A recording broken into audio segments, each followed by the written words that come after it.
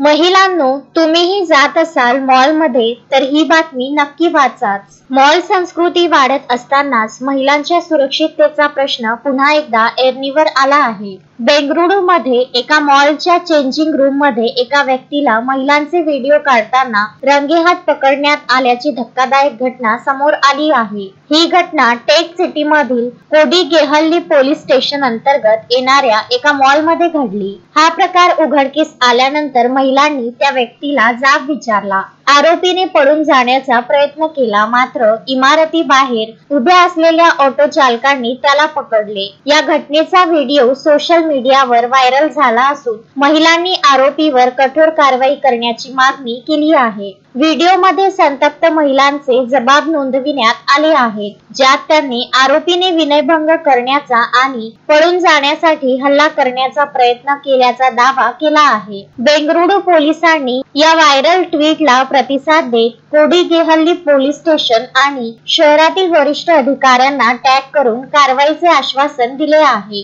ही घटना पुन्हा एकदा सार्वजनिक ठिकाणी महिलांच्या सुरक्षिततेबद्दल चिंता निर्माण करीत आहे. अशा घटनांवर आळा घालण्यासाठी कठोर कायदे असूनही विकृत मनोवृत्तीच्या व्यक्तींकडून असे गुन्हे वारंवार घडत आहेत. यामुळे महिलांना मॉल किंवा इतर सार्वजनिक ठिकाणी जाताना अधिक सतर्क राहण्याचे आवाहन करण्यात आले आहे. सोशल मीडियावर नेटकऱ्यांनी आरोपीला कठोर शिक्षा देण्याची मागणी केली आहे, जेणेकरून भविष्यात अशा घटनांना आळा बसेल.